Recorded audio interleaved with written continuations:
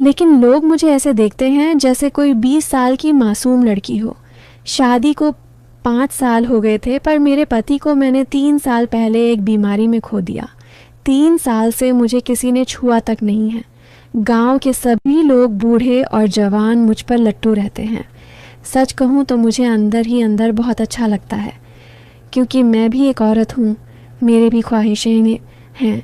और हाँ, अगर आप लोग भी मुझसे बात करना चाहते हो तो मैंने मेरा नंबर इसी वीडियो में बताया है। तो पूरी कहानी सुनो, क्योंकि मेरा नंबर इसी कहानी में है। दोस्तों, आज मैं आपको अपनी और अपने जेठानी के भाई की एक कहानी सुनाने वाली हूँ।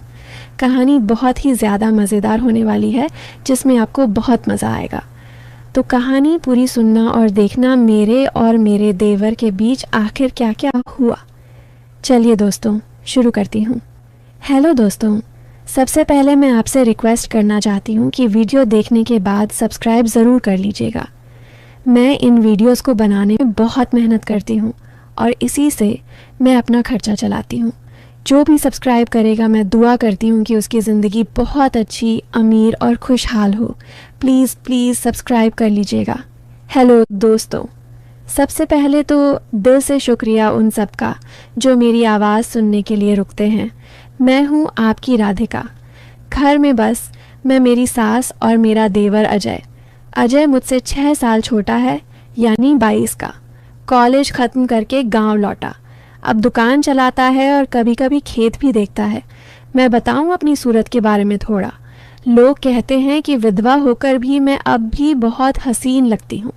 रंग साफ पर गुलाबी चमक वाला, आंखें काली गहरी सुरमा लगाती हूँ, बाल घने लंबे, कमर बारीक और हाँ, ऊपर नीचे दोनों तरफ भरपूर आकर्षण है जो ब्लाउज़ में अच्छा लगता है।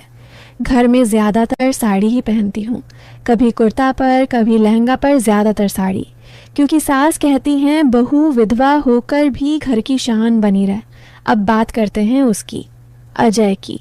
शुरू शुरू में तो वह बस एक शर्मीला लड़का लगता था। मेरे सामने आंखें नीची करके बात करता, जी भाभी, हाँ भाभी। पर धीरे धीरे कुछ बदलाव आने लगा।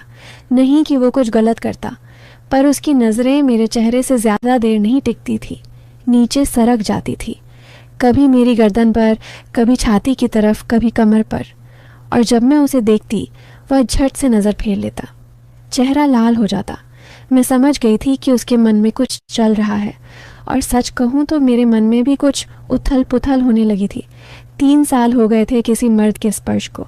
मैं भी सोचती, हाय ये सूना शरीर, रात को अकेले लेटकर कभी कभी तन खिंच जाता। पर मैं खुद को रोकती, क्योंकि ये घर है, ये रिश्ता है, ये समाज है।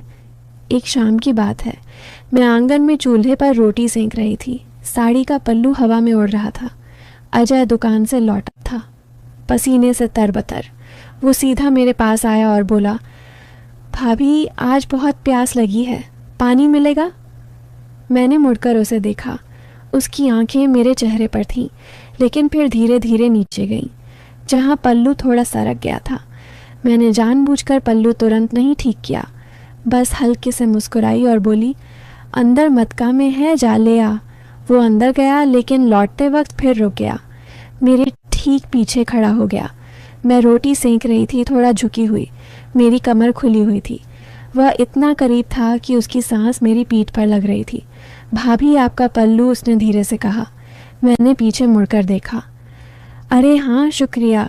और मैंने धीरे धीरे पल्लू ठीक किया, जानबूझकर थोड़ा धीमा करके। उसकी आंखें मेरे हर मूवमेंट को फॉलो कर रही थीं। उस शाम के बाद उसकी हिम्मत थोड़ी बढ़ गई। वो मेरे पास ज़्यादा आने लगा। कभी बोलेगा, भाभी आज सब्ज़ी बहुत स्वादिष्ट बनी है, जैसे कोई बहुत चाहत से बनाई हो। मैं हंसकर कहती, अच्छा तो रोज़ चाहत से बना दूंगी। वो शर्मा कर चुप हो जाता।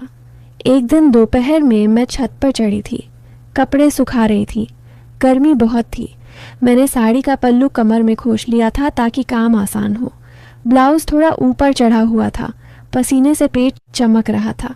अजय नीचे से आवाज़ लगाई, भाभी ऊपर क्या कर रही हो? मैंने झुककर नीचे देखा, कपड़े सुखा रही हूँ। वो बोला, मैं भी आऊँ मदद कर दूँ?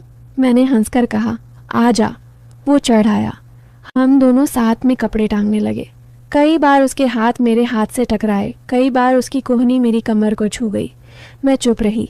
एक भारी बाल्टी थी, पानी से भरी। हम दोनों ने मिलकर उठाने की कोशिश की। मैं आगे थी, वो पीछे। उठाते वक्त उसका पूरा शरीर मेरे पीछे सट गया। मैंने महसूस किया उसकी सख्ती मेरी निचली कमर पर।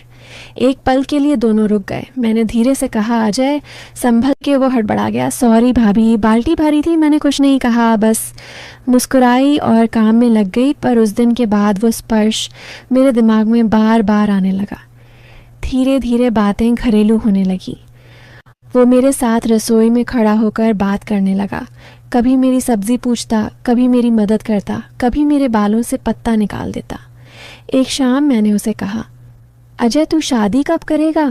इतना बड़ा हो गया है। वो मेरी तरफ देखकर बोला, भाभी अभी दिल नहीं लगता किसी में। मैंने पूछा, क्यों, कोई पसंद नहीं आई? वो मेरी आंखों में देखकर बोला, पसंद तो बहुत पहले हो गई थी, पर वह किसी और की हो चुकी थी। मेरा दिल जोर से धड़का। मैं समझ गई वो किसकी बात कर रहा है, पर मैंने कुछ नहीं कहा, बस मुस्कुराई और रसोई में चली गई। अगले कुछ महीने ऐसे ही बीते। वो मेरे पास आता, मैं उसे थोड़ा इशारा देती। वो और करीब आता, मैं थोड़ा पीछे हटती। खेल चलता रहा। पर एक दिन मामला थोड़ा आगे बढ़ा। सास किसी मेले में 3 दिन के लिए गई थी। घर में सिर्फ मैं और अजय। रात के करीब 9:30 बजे मैंने खाना बनाया था। आलू की सब्जी, दाल, रोटी। हम दोनों छोटी सी चारपाई पर ही बैठकर खा रहे थे। जगह कम थी। वो मेरे ठीक सामने बैठा था। खाना खाते खाते उसने अचानक कहा, भाभी आपकी बनाई चीज़ें बहुत लाजवाब होती हैं। मैंने हंसकर कहा, बस यही सुनना अच्छा लगता है। वो बोला, नहीं भाभी, सच में आप जहाँ हाथ लगाती हो वहाँ जादू हो जाता है। मैंने नज़रें मिलाई। जादू मतलब? वो शर्माया। मतलब आपकी हर चीज़ में कुछ अलग है। मैंने हल्के से पल्लू ठीक किया, जानबूझकर थोड़ा नीचे। अच्छा तो फिर रोज़ देख लिया कर। कौन मना कर रहा है? उसका चेहरा लाल हो गया। वो चुपचाप खाना खाने लगा। खाना ख़त्म होने के बाद मैं बर्तन धोने लगी। वो मेरे पीछे आ खड़ा हुआ। भाभी मैं मदद कर दूँ? नहीं, तू जा, सो जा। पर वो नहीं गया, मेरे ठीक पीछे खड़ा रहा। मैं झुकी हुई थी। पानी के छींटे मेरे ब्लाउज़ पर लग रहे थे। पल्लू गीला होकर चिपक गया। वो धीरे से बोला, भाभी आप बहुत हसीन लग रही हो। मैंने बिना मुड़े कहा, अभी? हाँ। मैं मुड़ी। उसकी आंखों में वो चाहत साफ दिख रही थी। मैंने धीरे से कहा, अजय ये सब ठीक नहीं है। वो बोला, मैं जानता हूँ भाभी, पर मैं क्या करूँ? मैं खुद को काबू नहीं कर पा रहा। मैं चुप रही।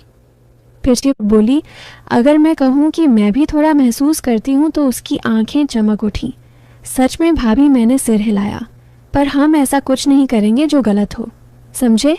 वो उदास हुआ, पर बोला, जी भाभी जैसा आप कहें। उस रात हम बस छत पर तारे देखते रहे, हाथ नहीं छुए, सिर्फ पास बैठे रहे। पर वो मौन बहुत कुछ कह रहा था।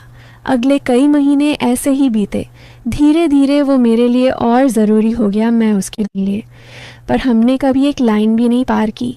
फिर एक दिन मैंने फ़ैसला किया। मैंने उसे बुलाया, अजय मैं तेरी शादी की बात सोच रही हूँ। वो चौंक गया। भाभी?